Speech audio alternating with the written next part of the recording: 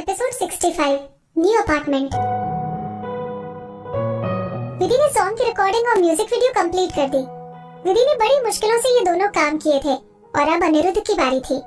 वो इन दोनों को कैसे सबके सामने प्रेजेंट करता है। अनिरुद्ध ने विधि को कुछ दिनों के लिए छुट्टी दे दी। उन्हीं दिनों किरण ने विधि को मैसेज कर बताया कि उसके नए अपार्टमेंट की रेनोवेशन का काम खत्म हो गया है और वो वहाँ शिफ्ट हो सकती है। तभी विधि ने अपने नए अपार्टमेंट में शिफ्ट होने के लिए सारे कपड़े और सामान बॉक्सेस में पैक कर दिए।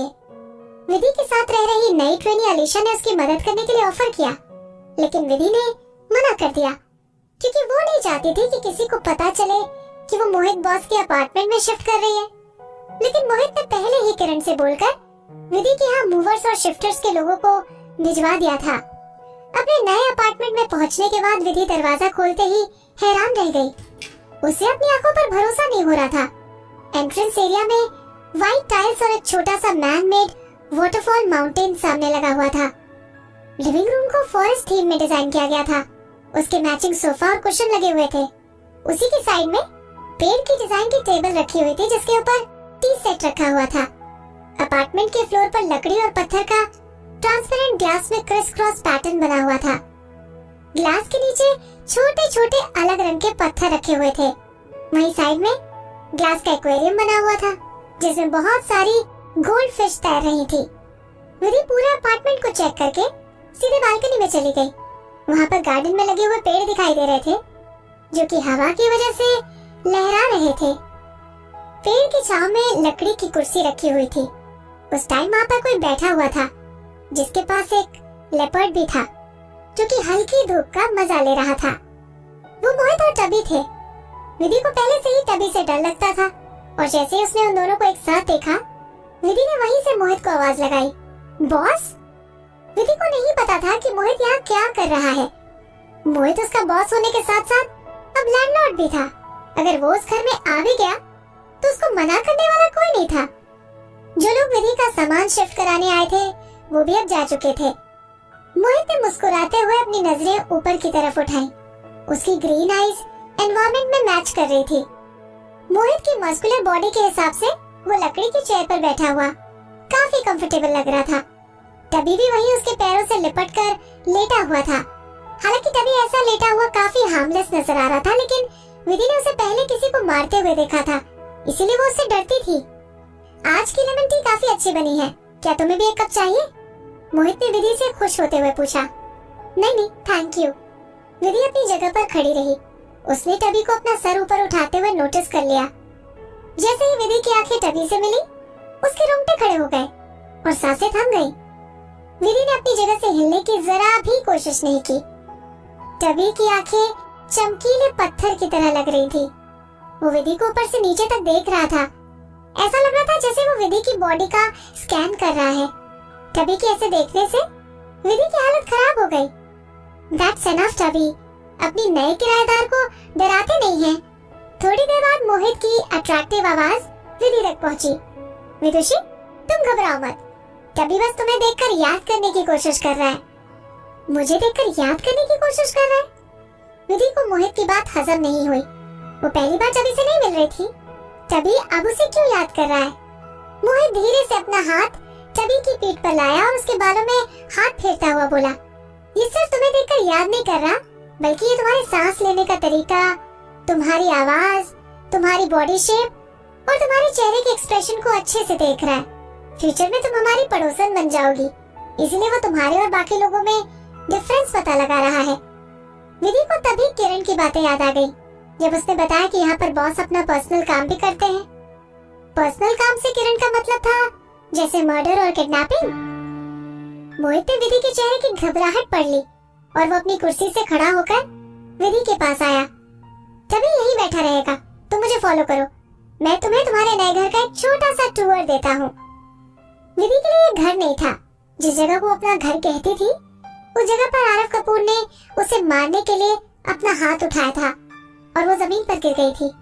ये अपार्टमेंट बहुत बड़ा और लग्जूरियस था, लेकिन विधि इसको अपना घर नहीं बोलना चाहती थी। हालांकि ये सभी बातें विधि ने अपने दिल में कहीं छुपा रखी थी। विधि उसका पीछा करते हुए लिविंग रूम में आ गई। ये अपार्टमेंट अभी रिनोवेट हुआ है और उन्होंने बस अभी कॉन्ट्रैक्ट पर साइन किया था। मोहित बॉस खुद इतनी परेशानी उठाकर उसे घर दिखाने क्यों आए हैं? हालांकि इस बात का जवाब विधि को जल्द ही मिलने वाला था। जैसे ही मोहित अपने साथ विधि को अंदर लेकर आया, वो सारी चीजें उसे बताने लगा।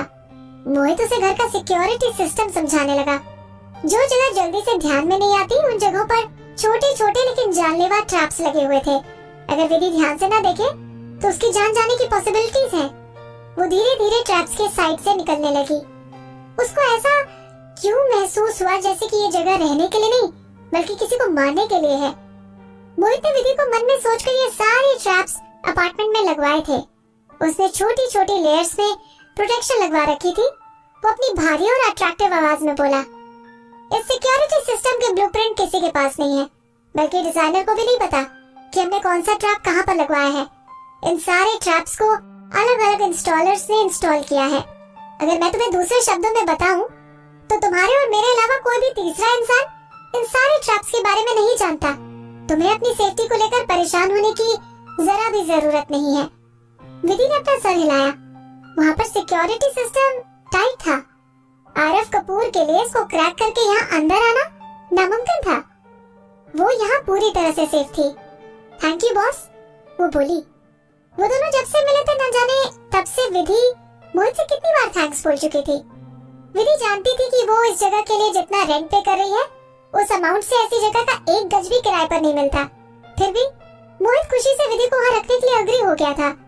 मोहित जिस तरह से विधि को वहाँ का टूर दे रहा था, विधि को उसका एटीट्यूड बहुत अच्छा लगा। मोहित खुशी से मुस्कुराया।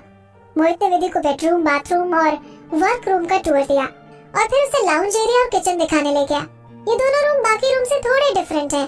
वो बोला, यहाँ पर छोटे छोटे ट्रैप्स के साथ कैमरे भी लगे हुए हैं जिनका टेलीकास्ट 24/7 सिक्योरिटी ऑफिस में होता है।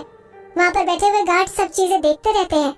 अगर यहाँ पर जरा भी कुछ हुआ तो वो जल्द से जल्द रिस्पॉन्स करेंगे। मोहित ने विधि को रूम में सारे छुपे हुए कैमरे दिखाए। कैमरे को देखकर विधि के एक्सप्रेशन ब्लैंक हो गए। वो एक एक स्टेप पीछे लेकर बेडरूम से बाहर आ गई जहाँ पर कैमरे की रीच नहीं थी। विधि ने एक हाथ से दरवाजा टाइट से पकड़ रखा था और उसकी आवाज में घबराहट झलक रही थी। बॉस, प्लीज प्लीज किसी को बोलकर ये सारे कैमरे निकलवा दो। मोहित के एक्सप्रेशन ढल गए और वो पूछता हुआ बोला, ऐसा क्यों? विधि उसको जवाब देना अवॉइड कर रही थी, लेकिन वो एक दो कदम और पीछे हटी। बोली, प्लीज हटवा दो, इन सबको हटवा दो। मोहित उसकी तरफ धीरे धीरे आगे बढ़ने लगा और बोला, विदुषी, ये तुम्हारी सेफ्टी के लिए जरूरी है। उसकी घबराती हुई आवाज निकली, नहीं, मुझे नहीं चाहिए।